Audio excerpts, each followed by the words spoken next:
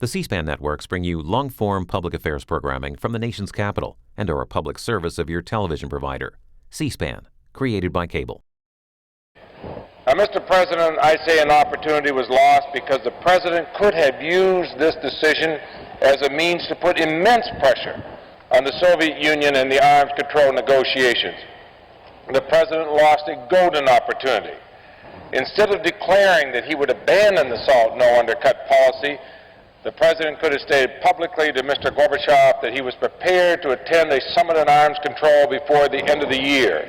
He could then have committed the U.S. to stay with the SALT no undercut policy for at least 6 months beyond the date of a summit devoted to arms control.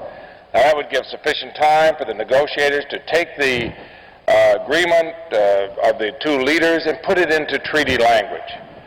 He even could have taken up the Soviet gauntlet, declared the United States would, for the 6-month period after a summit, observe a mutual moratorium on all nuclear tests subject to Soviet agreement on on-site inspections. Just think what a dramatic announcement like this would have been from the President. To tell Mr. Gorbachev, we'll meet at the summit.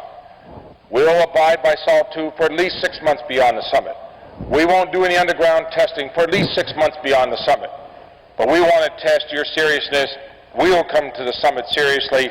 Let's negotiate. Let's do something to stop this cloud of impending nuclear doom that hangs over the heads of both our countries and the rest of the world. And then you could have had real agreement between the two leaders. The President would have created the best possible conditions for achieving his declared goal of deep reductions in nuclear weapons.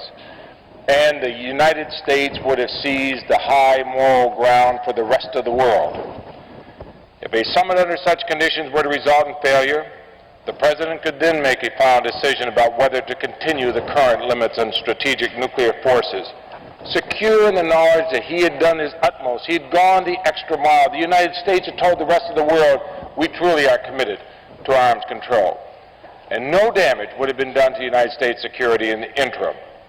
On the contrary, limitations which clearly favor the United States over the Soviet Union would continue in force for at least another year, perhaps more, if meaningful progress towards a new nuclear arms treaty were being made.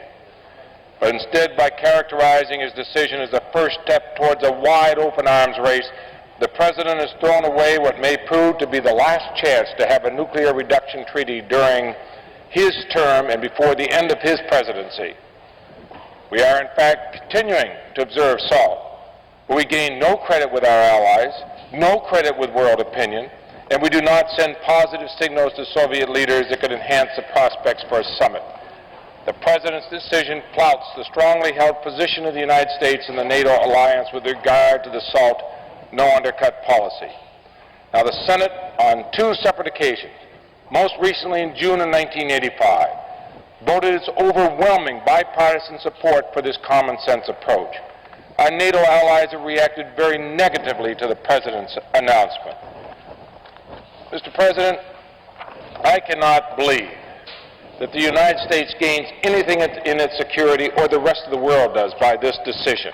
It's a wrong decision at the wrong time for the wrong reasons, and gains nothing for our security or the security of our allies.